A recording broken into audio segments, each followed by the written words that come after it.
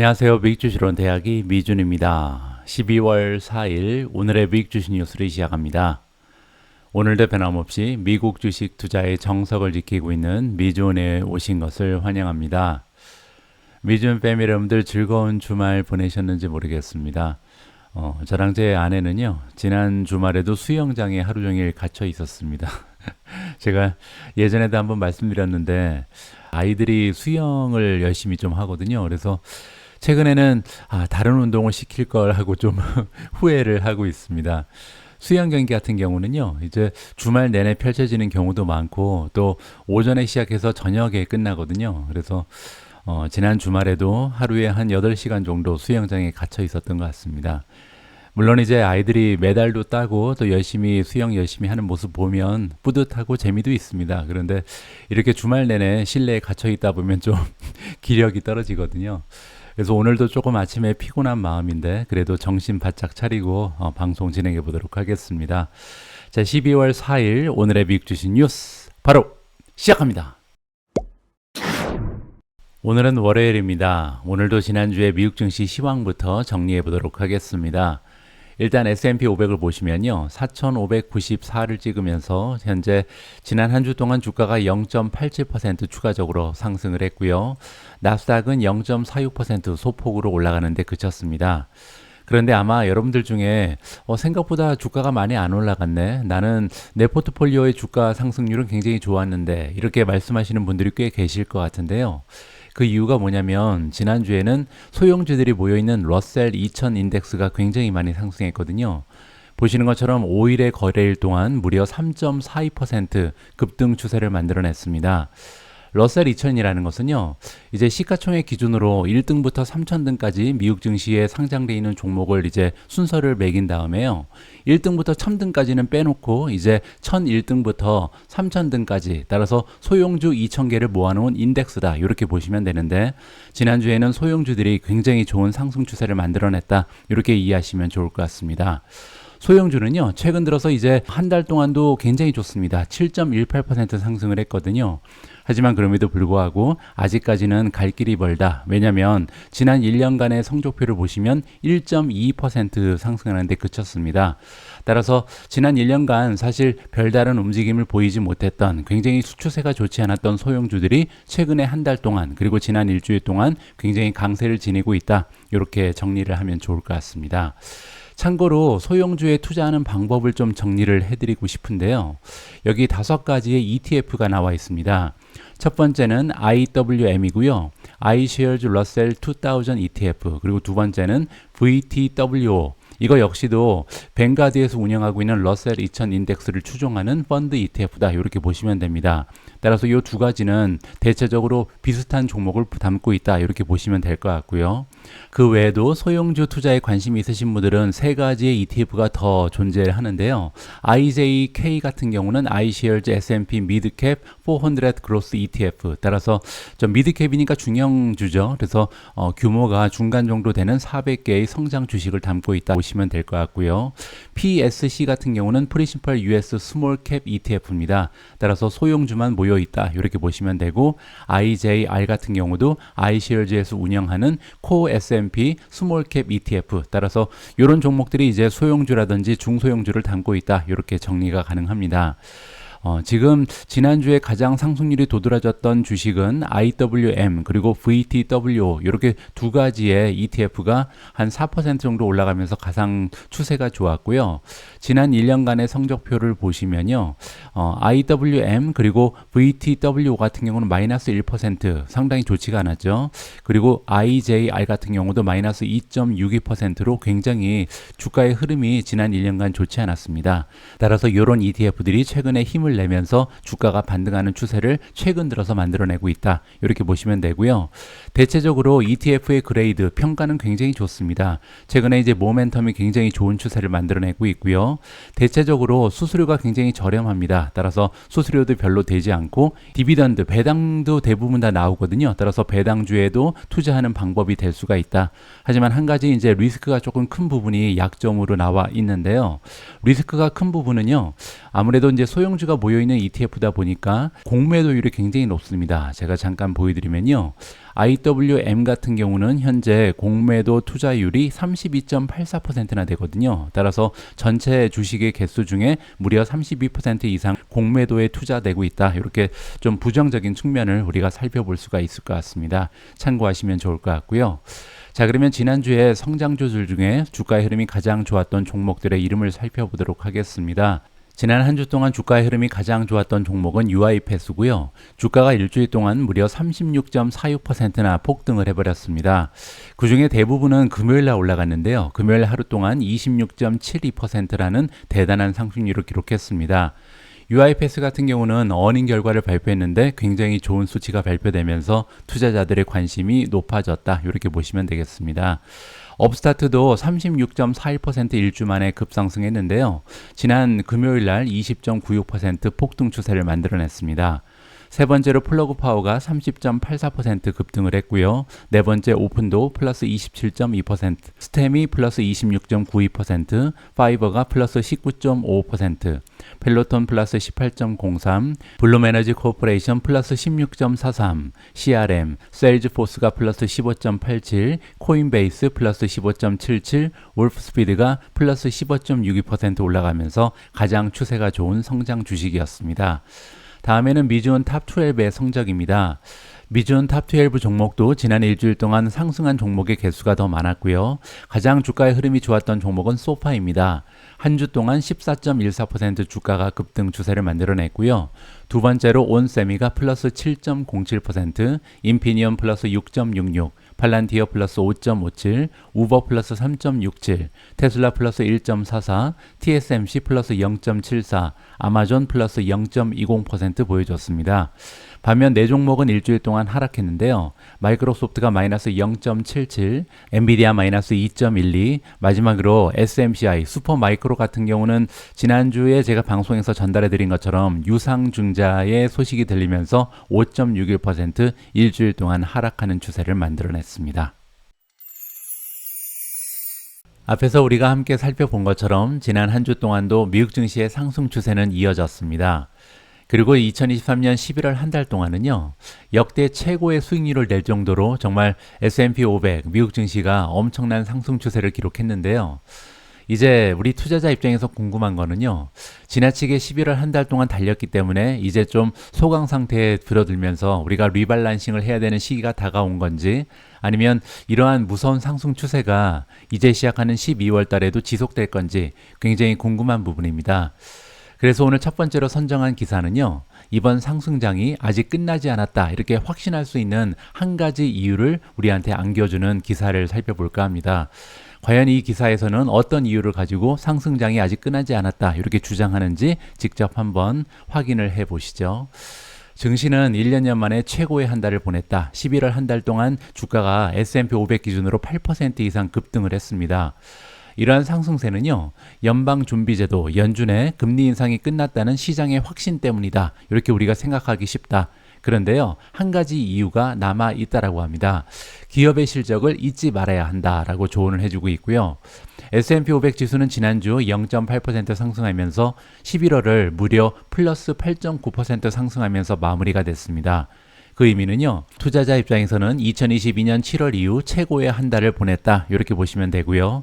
이러한 상승세는요, 연준의 금리 인상 종료뿐만 아니라 내년 금리 인하 가능성이 커지면서 시장이 가격을 책정하기 시작했기 때문에 발생했다, 이렇게 정리해주고 있습니다.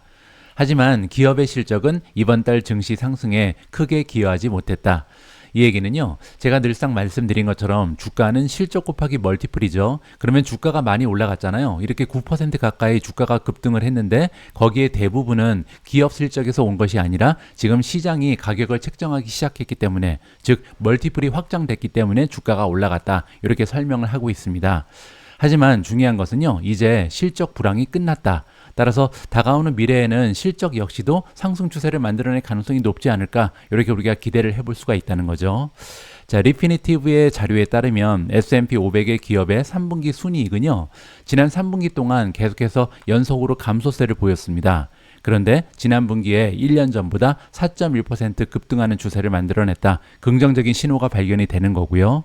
게다가 주당 순이익은요, 자사주 매입에 힘입어서 7.1% 증가했습니다. 자, 이 부분은 무슨 얘기냐면요. 원래는 순이익이 4.1% 올라갔으면 주당 순이익도 4.2% 올라가는 게 맞죠. 주당 순이익은요, 순이익 나누기 이 주식의 개수입니다. 우리가 보통 EPS라고 부르는 거죠. 어닝 퍼 쉐어인데요. 어닝 퍼 쉐어는 순이익이 4.1% 올라가는 동안 무려 7.1% 증가했거든요. 그 얘기는 주식의 개수가 굉장히 많이 줄었다는 얘기입니다. 기업들이 굉장히 공격적으로 자사주 매입을 하면서 주식의 개수가 많이 줄었기 때문에 순이익은 4% 증가하는 반면 이번에 EPS는 7.1%나 급등을 했다. 이렇게 정리하면 좋을 것 같습니다. 자, 이렇게 지난 분기에 실적은 좋았는데 중요한 것은요, 이제 경영진이 미래에 대해서 어떤 얘기를 하는지 이 부분이 굉장히 중요하다. 이렇게 말하고 있습니다. 자동차 노동자들의 파업 등으로 지금 미국 제조업에 노출된 기업은 굉장히 분위기가 좋지가 않죠. 거기에 소비자 지출의 지속성에 대해서 우려하는 일부 소매업체들 실적은 더욱 엇갈린다. 지금 현재 가장 중요한 부분은 과연 리세션이 발생하는가 발생하지 않는가 이 부분이잖아요. 이 부분 때문에 좀 일부 리테일 업체들의 실적은 엇갈리고 있다. 이렇게 얘기하고 있습니다. 이에 따라서 애널리스트들은요, 예상치를 하향 조정했다라고 나와 있습니다. 야데니 리서치의 에드워드 야데니에 의하면 순이익 수정 지수라는 게 있습니다. 순이익 수정 지수는 뭐냐면요, 애널리스트들의 전망 추세를 측정하는 지수라고 보시면 됩니다. 줄여서 NERI라고 부르는 게 순이익 수정 지수인데요. 이 NERI가 양수면 플러스면 추정치를 상향 조정하는 애널리스트가 하향 조정하는 애널리스트보다 많다, 이런 뜻이고요. 만약에 NERI가 마이너스면 그 반대의 의미다, 이렇게 보시면 됩니다. 따라서 지금 현재 기업들의 순이익이 올라가고 있는가 떨어지고 있는가, 요걸 우리가 살펴볼 수 있는 소중한 지표죠. 자, 그런데 11월 S&P 500의 NERI는요, 7개월 만에 처음으로 마이너스로 돌아섰다고 합니다. 이 부분은 굉장히 좋지가 않죠. 하지만 야데니의 의견에 따르면 하늘이 무너지는 것은 아니다. 그렇다고 낙관적이지 않다는 것은 아니다. 이렇게 주장합니다. 왜냐면요, 매출과 순이익에 대한 컨센서스의 전년 대비 성장률 전망치는요, 2024년 말까지 아직까지는 모든 분기에 걸쳐서 견고하게 긍정적으로 유지되고 있다. 따라서 아직까지는 굉장히 높은 수치가 유지된다. 물론 조금 떨어지긴 했지만 아직까지는 올해에 비해서 내년에 성장 추세가 굉장히 좋을 것으로 보는 전문가들이 대부분이다. 이렇게 설명을 하고 있습니다. 자, 구체적인 숫자가 나와 있는데요. 현재 애널리스트들의 컨센서스는 내년 S&P 500 주당 순이익이 245달러를 만들어낼 것으로 기대하고 있습니다. 그 얘기는요, 올해에 비해서 EPS가 무려 11% 이상 성장할 것이다. 이렇게 굉장히 긍정적으로 예상을 하는 거거든요. 2023년 같은 경우는요, 2022년에 비해서 아예 수익이 변화가 없었습니다. 따라서 작년 비해서 올해는 지금 성장률이 거의 없었는데 내년 같은 경우는 올해에 비해서 11%나 EPS가 성장할 것이다. 굉장히 좀 긍정적인 전망이 나오고 있는 거죠. 물론 이제 이러한 전망이 너무나 낙관적이다, 비관적으로 보는 전문가도 있습니다. 올스프링 글로벌 인베스트먼트의 액티브 주식 책임자인 앤 밀레티가 나오는데요. 이 전문가 같은 경우는 어닝 전망이 너무 높다라고 생각하는 것 같습니다. 2023년에 수익 성장의 거의 모든 부분을 주도한 것이 매그니피선트 7이다. 따라서 내년에 만약에 11% 이상 성장하려면요, 내년에도 매그니피선트 7이 올해만큼 성장을 해야겠죠. 자, 이러한 부분이 반복이 돼야 되고 나머지 493개의 주식도 이러한 매그니피선트 7의 성장률을 따라잡아야 한다. 따라서 최상의 시나리오가 반영된 것이 11% 성장에 대한 예상이다. 이렇게 얘기하고 있는 거죠. 그렇기 때문에 밀레티 같은 경우는요, 성장성이 있는 곳에 투자하는 것이 좋다, 이렇게 주장하고 있습니다. 그 얘기는요, 2023년에 비해서 2024년에는 굉장히 월등한 성장 추세를 만들어낼 것으로 기대되는 섹터에만 투자를 해라. 뭐 가령 예를 들어서 내년에 수익이 20% 정도 증가할 것으로 기대되는 헬스케어 업종을 선호한다라고 개인적인 의견을 제시하고 있습니다. 따라서 정리를 해보면요, 지난 11월 미국 증시가 급등할 수 있었던 이유, 그리고 2023년 한 해 동안 미국 증시의 긍정적인 추세가 나타날 수 있었던 이유는요, 멀티플의 확장이 있었다, 이렇게 보시면 될 것 같습니다. 그 얘기는요, 시장의 기대감이 올라갔죠. 왜냐하면 장기간 지속됐던 금리 인상이 드디어 멈춘다. 그리고 가까운 미래 2024년 상반기에는 금리 인하가 발생할 가능성도 높다. 이렇게 좀 투자자들이 긍정적인 의식을 가지게 되면서 멀티플이 추가적으로 확장됐다. 이렇게 보는 것이 맞는 것 같습니다. 따라서 우리가 가지고 있었던 커다란 질문, 과연 12월 달에도 미국 증시가 달릴 수 있을까?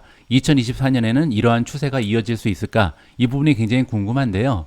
그 해답은 바로 이렇게 보시면 될 것 같습니다. 지금까지는요, 이 멀티플이 확장되면서 주가가 올라갔는데 이제부터는 실적이 뒷받침돼야 된다. 따라서 내년에 이렇게 전문가들이 예상하는 것처럼 주당 순이익이 11%나 성장할 수 있다면 이러한 상승 추세가 이어질 수도 있는 거고요. 만약에 애널리스트들의 컨센서스에 나와 있던 10% 이상의 성장이 불가능한 것으로 판명이 되면 그때부터 주가는 떨어질 수밖에 없다. 이렇게 예상이 가능할 것 같습니다. 바로 앞에서 함께 살펴본 기사 내용에 따르면요. 2023년 주가의 상승 추세를 이끌었던 것은 시장의 멀티플의 확장이다. 하지만 2024년에도 이러한 추세는 이어질 수 있다. 왜냐하면 지금 애널리스트들이 전망하기에는 내년 어닝 실적이 올해 비해서 11%나 급등할 가능성이 높기 때문이죠. 따라서 이러한 실적이 뒷받침이 된다면 내년에는 실적이 확장되면서 주가가 추가적으로 올라갈 수 있다. 이렇게 긍정적으로 예상이 가능합니다. 자, 이번에는 그 반대편 의견을 좀 들어볼까 합니다. 기사의 제목도 굉장히 끔찍한데요. 경고의 메시지입니다. 지금 현재 매그니피센트 7이 1970년대 시장 붕괴로 폭락했던 니프티 50 주식과 비슷해지기 시작했다. 이러한 내용이거든요. 니프티 50는 뭐냐면요. 1970년대 초반에 엄청난 주가의 상승을 보였던 대표적인 성장 주식들을 얘기합니다. 그리고 나서 이제 1973년 그리고 74년에 2년 동안 베어마켓이 나타나면서 엄청나게 폭락을 해버렸거든요. 이러한 추세를 지금 매그니피센트 7이 보여주고 있다. 굉장히 좋지 않은 부정적인 의견이죠. 한번 구체적인 내용을 함께 읽어보도록 하겠습니다. 오늘날의 매그니피센트 7 주식과 1970년대 초의 니프티 50 주식의 공통점은 무엇일까라고 의문보를 내비치고 있는데요.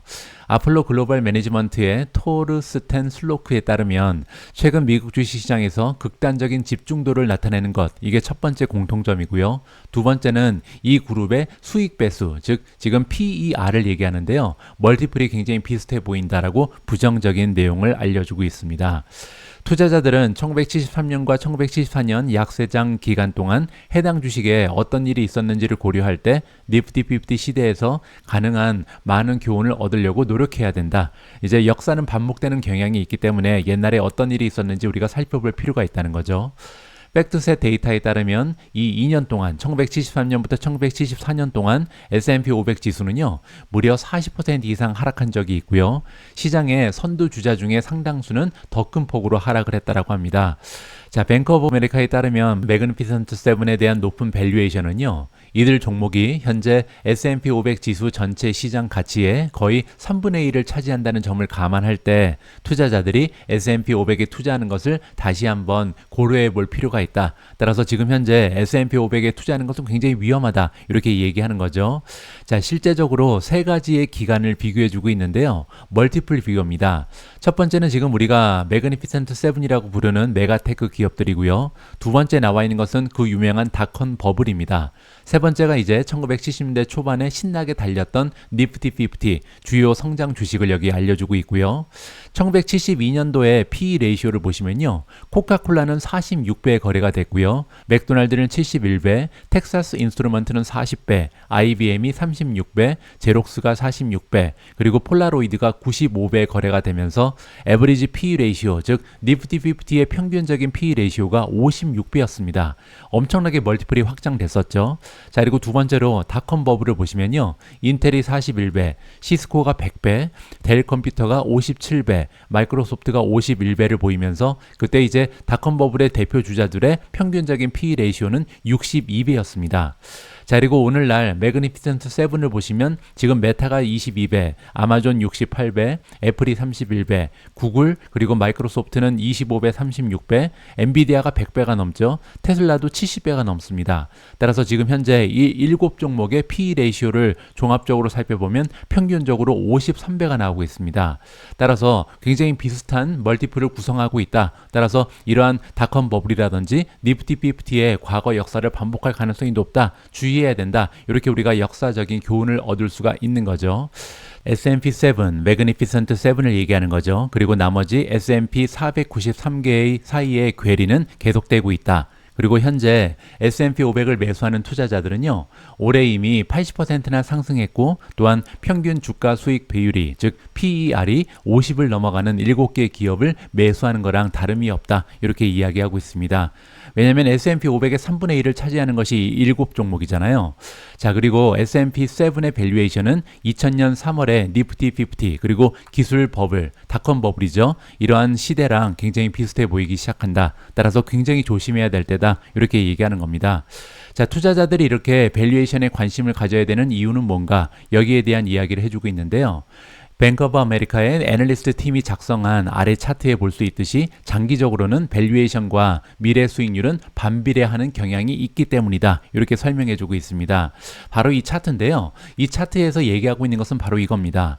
결국은 밸류에이션은요, 정상화될 수밖에 없다. 따라서 단기적으로는 별로 상관관계가 없습니다. 따라서 우리가 한 달, 6개월, 3개월 이렇게 투자할 때는요, 굉장히 높은 밸류에이션이 추가적으로 올라갈 가능성도 높은 거죠. 따라서 뭐 50배 거래되고 있는 주식이 100배까지 올라갈 가능성도 있습니다. 자, 그런데 중요한 것은요, 장기적으로 봤을 때는 한 10년 정도로 봤을 때는 그 연관관계가 굉장히 높다. 따라서 멀티플이 올라간 종목은 결국에는 주가 수익률이 굉장히 좋지가 않다. 이렇게 얘기하고 있는 겁니다.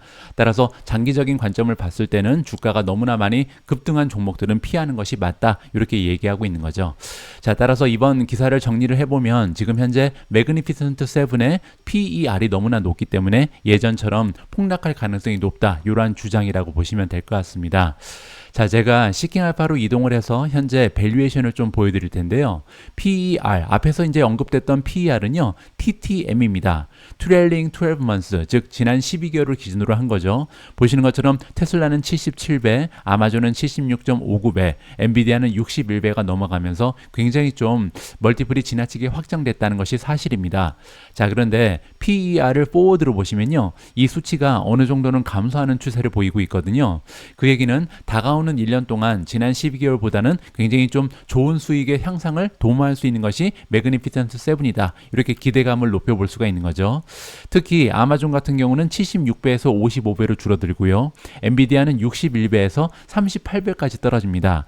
따라서 지금 현재 대부분의 종목들이 앞으로 다가오는 미래에 주식의 상승을 정당할 수 있는 이런 수익의 향상을 도모하고 있다. 이 부분을 우리가 좀 지켜볼 필요가 있는 거죠.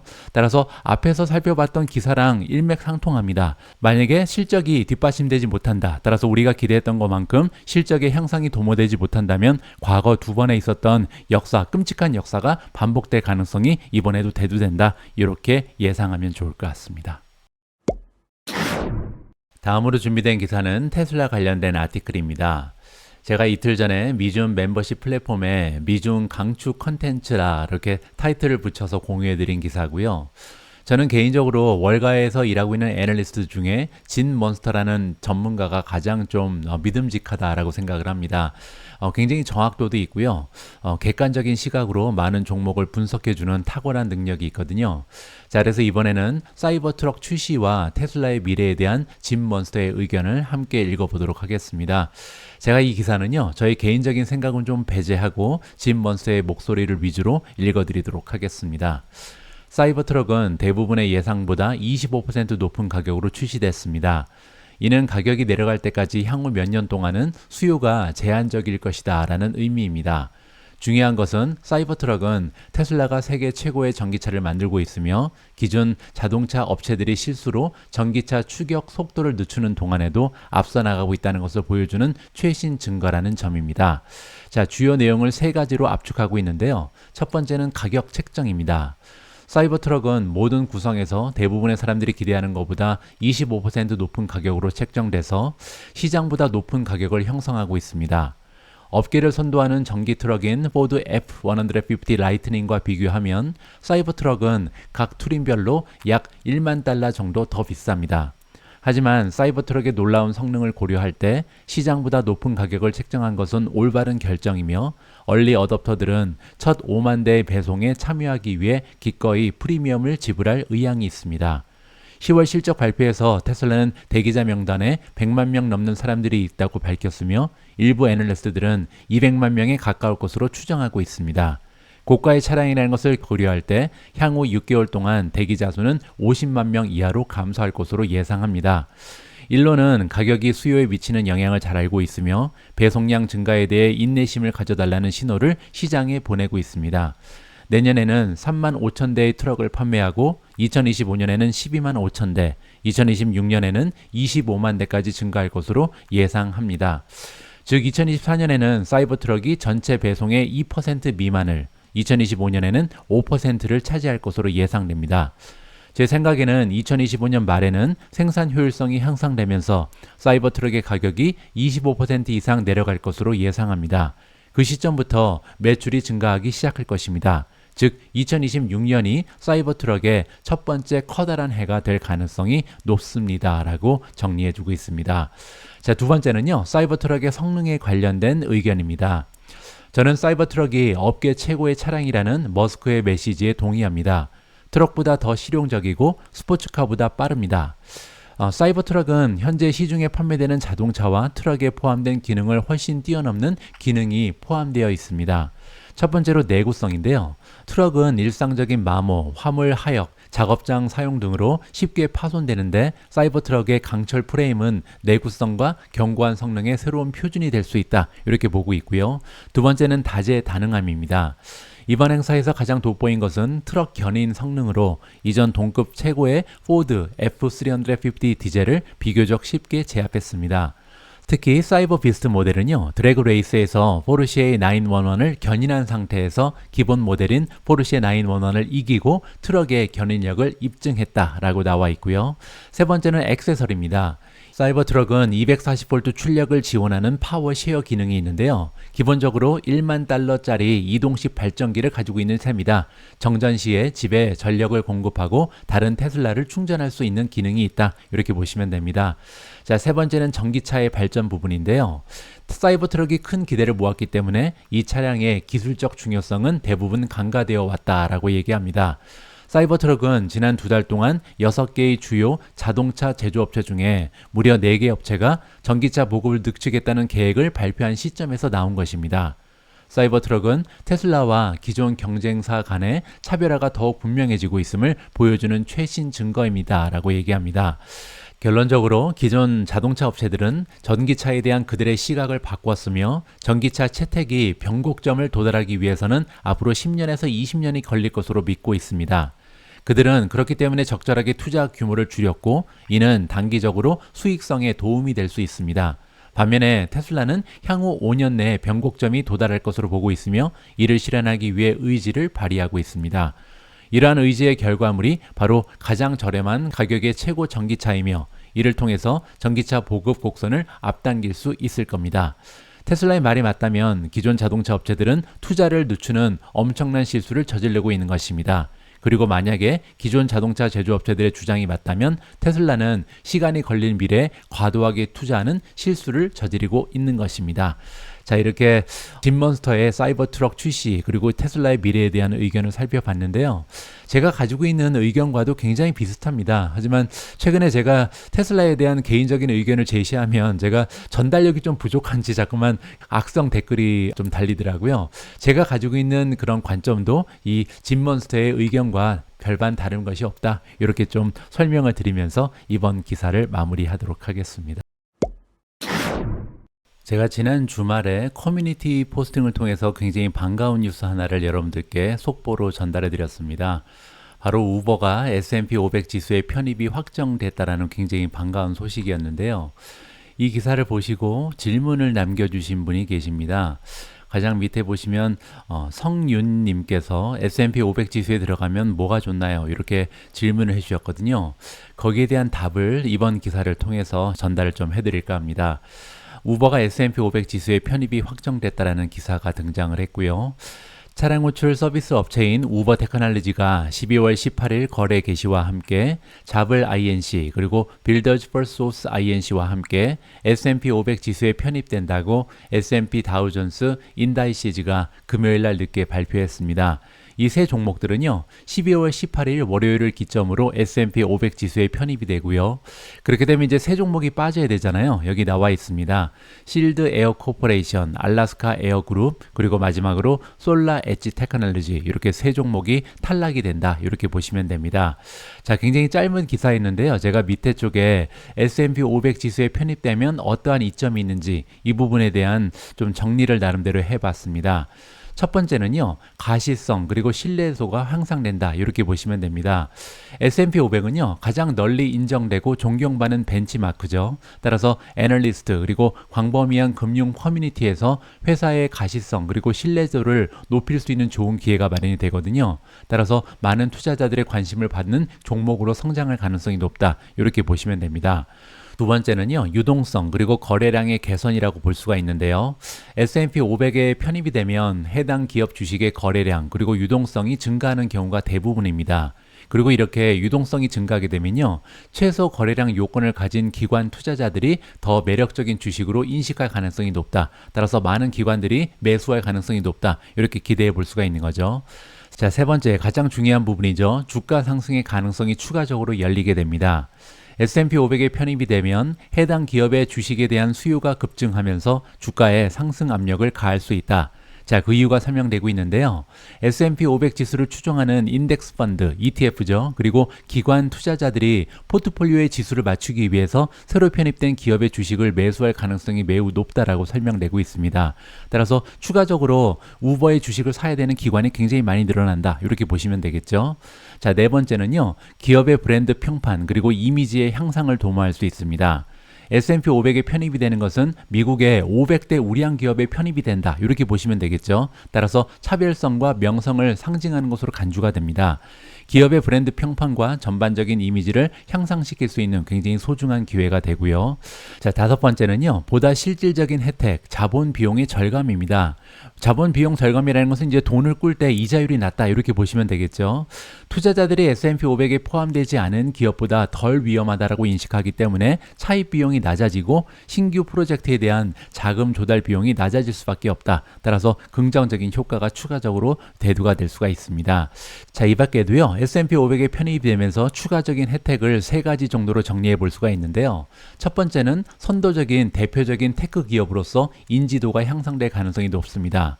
두 번째도 중요한데요. 전략적인 파트너십이 가능하다. 자, 왜냐면 미국의 500대 우량 기업에 편입이 된다는 얘기는요, 우버가 다른 우량 기업과 전략적인 파트너십을 맺을 수 있는 기회가 추가적으로 열리게 된다. 따라서 새로운 수익원이라든지 비즈니스 기회를 창출해낼 가능성이 굉장히 높아집니다. 자, 그리고 마지막에 나와 있는 부분도 굉장히 좀 의미가 있는데요. 우수 인재를 유치하고 유지하는 데 능력이 향상이 된다.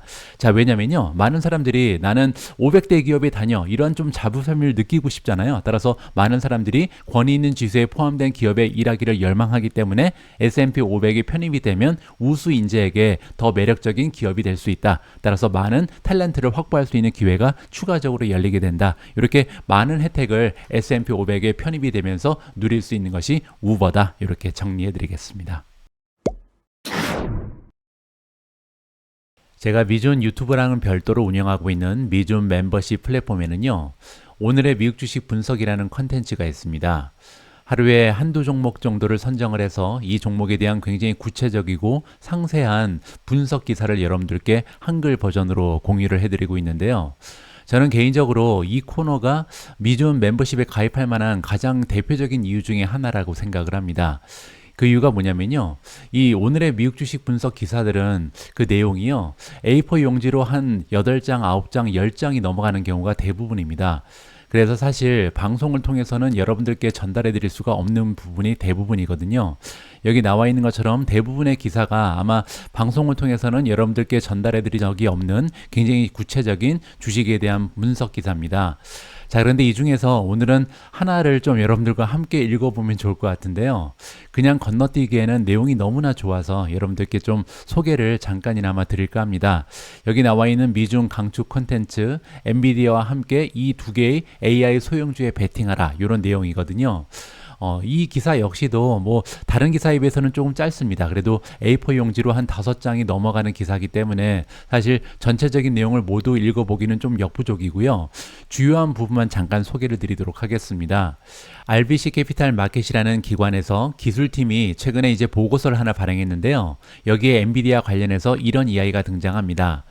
엔비디아에게는 앞으로 엄청난 기회가 놓여져 있다. 그 이유가 뭐냐면요. 글로벌 데이터 센터의 인프라에 투자된 1조 달러가 지금 현재는요. 모두 다 대부분 CPU로 이루어져 있는데 이 CPU가 앞으로는 AI 그리고 새로운 애플리케이션에 필요한 병렬 연산을 더 잘 지원하는 GPU로 전환될 것이다.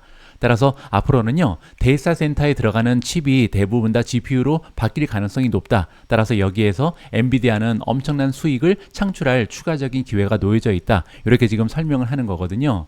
자, 그리고 나서 어떠한 예의가 등장하냐면 여기에서 엔비디아뿐만 아니라 두 개의 AI 소형주가 추가적인 혜택을 입을 수 있다. 이러한 설명을 해주고 있습니다.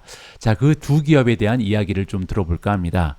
AI에 대한 수요가 증가함에 따라서 모든 엔비디아 칩이 탑재된 AI 서버에 대한 수요도 증가하고 있다. 트랜스포스에 따르면요. AI 서버 출하량은 올해 38%가 증가할 예정이고 내년 2024년에는요. 38%가 더 증가할 것이다. 이렇게 예상이 나온다고 합니다. 자, 이것은 슈퍼마이크로라는 소형주에도 굉장히 좋은 소식이다. 이렇게 설명해 주고 있는데요. 자, 슈퍼마이크로는 데이터 센터 내부에 서버 렉을 채우는 하이엔드 AI 서버를 제조하는 선도적인 독립 제조업체라고 소개해 주고 있습니다. 슈퍼마이크로 컴퓨터의 매출의 절반 이상은요, AI, 인공지능과 관련이 있다라고 얘기하고요. 바클레이에 따르면 다양한 스타트업 그리고 클라우드 컴퓨팅 공급 업체 외에도 테슬라, 메타 플랫폼즈가 슈퍼마이크로의 고객이라고 합니다. 슈퍼마이크로 컴퓨터의 CEO인 찰스 리앙이 등장합니다. 찰스 리앙의 설명에 따르면 고객사들이 최신 기술을 서버 설계에 빠르게 통합하는 자사의 고성능 맞춤형 설계, 모듈식 시스템을 신뢰한다라고 얘기하고요. 또 한 가지, 서버의 플러그 앤 플레이 특성 때문에 슈퍼마이크로 컴퓨터의 서버는 경쟁사보다 2개월에서 6개월 정도 빠르게 새로운 AI 칩을 통합할 수 있다. 이렇게 자랑을 하고 있습니다.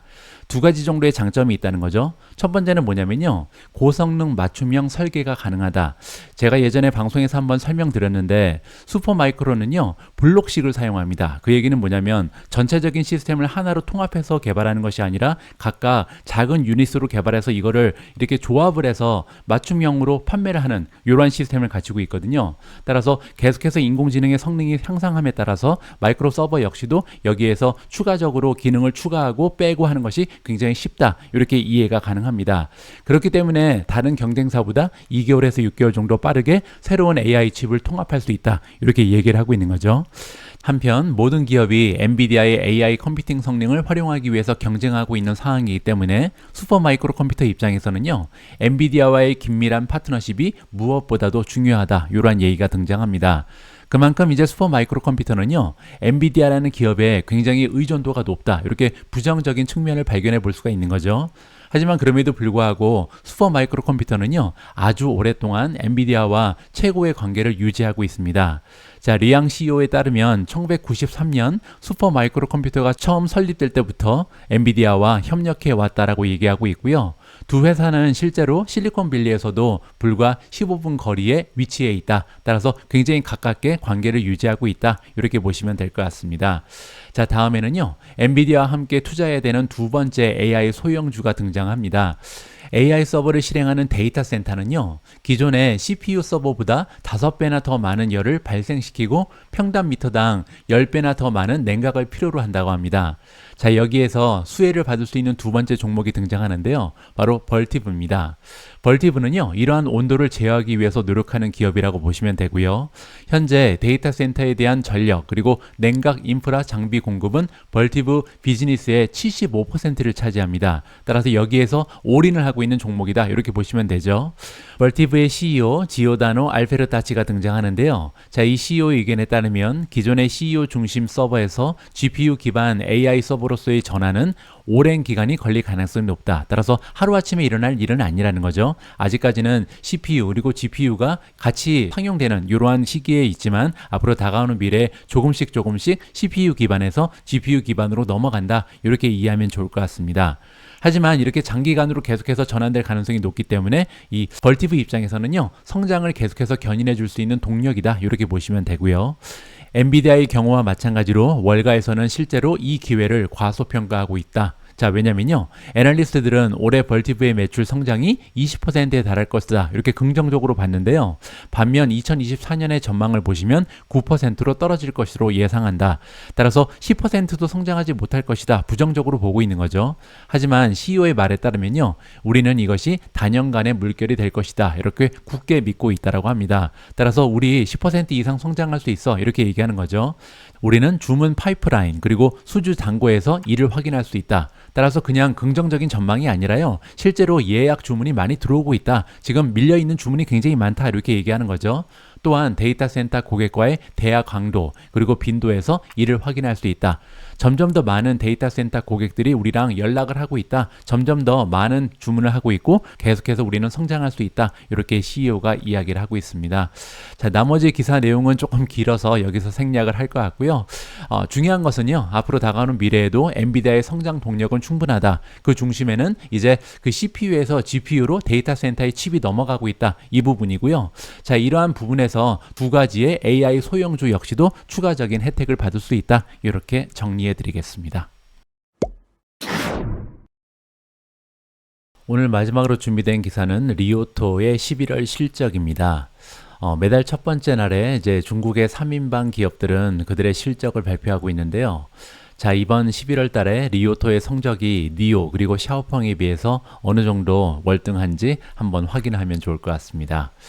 리오토는 2023년 11월에 41,030대의 차량을 인도했다라고 나와 있고요. 그 얘기는 전년 동기 대비 173% 증가한 굉장한 수치입니다. 그리고 이제 2023년 1월부터 11월까지 이제 11개월 동안 연간 인도량을 보시면 32만 5천 대를 돌파했습니다. 그 얘기는요, 2023년 목표가 30만 대였거든요. 따라서 30만 대 목표를 지금 한 달이나 앞당겨서 달성했다. 굉장히 기분 좋은 소식이 전달되고 있습니다. 자, 밑에 나와 있는 먼슬리 딜리버리를 보시면요, 매달 한 번도 빼지 않고 지속적인 성장 추세를 보이는 것이 리오토의 판매 실적이다. 굉장히 좋은 추세를 발견할 수가 있는 거고요. 리오토의 회장 겸 최고 경영자 CEO인 샹리가 등장하는데요. 샹리의 메시지에 따르면 리오토가 가지고 있는 세 가지 L 시리즈가 있습니다. 이 L 시리즈 세 가지 모델 모두 강력한 성장 모멘텀을 보이고 있다. 따라서 월 인도량이 2달 연속 4만 대를 돌파하는 기염을 토해냈다, 이렇게 얘기하고 있고요. 그 얘기는요, 지금 현재 중국의 신흥 신에너지 자동차 업체, 즉 전기차를 얘기하는 거죠. 전기차 및 프리미엄 브랜드 중에 가장 높은 판매 수치를 이번에 기록했다. 그러면서 중국 내에서 3만 위안 이상 SUV 중에 가장 많이 팔리는 브랜드가 바로 리오토다, 이렇게 자랑을 하고 있습니다. 굉장히 고무적인 부분은요, 세 가지 모델이 고루고루 잘 팔립니다. L9, L8, L7이 있는데요. 각각 누적 인도량이 10만 대를 돌파하면서 세 가지 모델 다 잘 팔리고 있다, 이렇게 얘기하고 있는 거고요. 따라서 각 세그먼트에서 선두 자리를 위치키고 있다. 출시하는 모든 모델이 굉장히 좀 좋은 성적표를 제출하고 있다, 이렇게 보시면 되겠죠. 결과적으로 11월에 리오토는 연간 배송 목표를 조기에 달성했고요. 이제는 시장 수요 증가에 힘입어서 판매, 공급, 생산, 배송 역량의 충분한 준비를 통해서 12월에는요, 월간 배송 목표를 5만 대로 올렸습니다. 따라서 다음 달부터는 이제 한 달에 5만 대씩 판매해 보겠다, 이렇게 좀 굉장히 좀 야망 있는 그런 목표를 설정한 상태고요. 자, 이번에는요, 리오토랑 경쟁 기업인 니오 그리고 샤오펑의 결과를 좀 보도록 하겠습니다. 일단 니오 같은 경우는요, 11월 인도량이 전년 동월 대비해서 12.6% 증가하는 데 그쳤습니다. 아까 리오토 같은 경우는 성장률이 176%였거든요. 따라서 지금 거의 게임이 되지 않는다, 이렇게 보시면 되고요. 게다가 니오 같은 경우는요, 전달에 비해서 오히려 1% 감소했습니다. 총 판매 대수는 15,959대라고 나와 있는데요. 리오토는 4만 1,000대가 넘었죠. 따라서 상당한 차이를 보인다. 그리고 지금 2023년 현재까지 판매 대수도 14만 2,000대에 불과합니다. 아까 보신 것처럼 리오토 같은 경우는 32만 5,000대를 넘긴 상황이고요. 자, 샤오펑 샤오펑은 조금 낮습니다. 자, 엑스팽이라고 부르는 샤오펑 같은 경우는 지금 지난달에 2만 대 넘는 스마트 전기차를 인도했고요. 그 얘기는요, 전년 대비 성장률은 245% 굉장한 수치를 발표했고요. 두 달 연속으로 월간 인도량이 2만 대를 돌파했다. 자, 아까 리오토 같은 경우는 두 달 연속으로 4만 대를 돌파했잖아요. 따라서 아직은 2배 정도 차이가 난다. 이렇게 보시면 되고요. 게다가 샤오펑 역시도 지금 지난 10개월 동안 계속해서 먼슬리 딜리버리 숫자가 증가하고 있는 추세를 보이면서 연간 12만 1000대를 기록했습니다. 아까 리오토 같은 경우는 32만 5천 대였죠. 따라서 아직까지 니오 그리고 샤오펑 같은 경우는요, 리오토랑 출발점은 같았는데 지금 와서 보니까 엄청난 실적의 차이를 보이고 있다, 개인적으로 판단하고 있습니다. 따라서 아직까지는 리오토의 성장이 지속적으로 보여진다, 이렇게 정리하면 좋을 것 같습니다. 12월 4일 월요일 오늘의 미국 주식 뉴스는 여기까지입니다. 오늘 방송도 마지막까지 함께 해주셔서 감사합니다. 자, 그리고 여러분들 참고로요, 이번에 30% 할인이 진행됐던 시킹알파 프리미엄 멤버십 블랙 프라이데이 세일은요, 이제는 이틀밖에 남지 않았기 때문에 혹시 관심 있으신 분들은 이 기회를 꼭 놓치지 않으셨으면 합니다. 자, 저는 내일 다시 여러분들 투자 활동에 필요한 다양한 정보 모아서 다시 인사드릴 수 있도록 하겠습니다. 우리 모두가 미국 주식 투자로 은퇴하는 그날까지 다 함께 화이팅입니다. 행복한 하루 되세요. 감사합니다.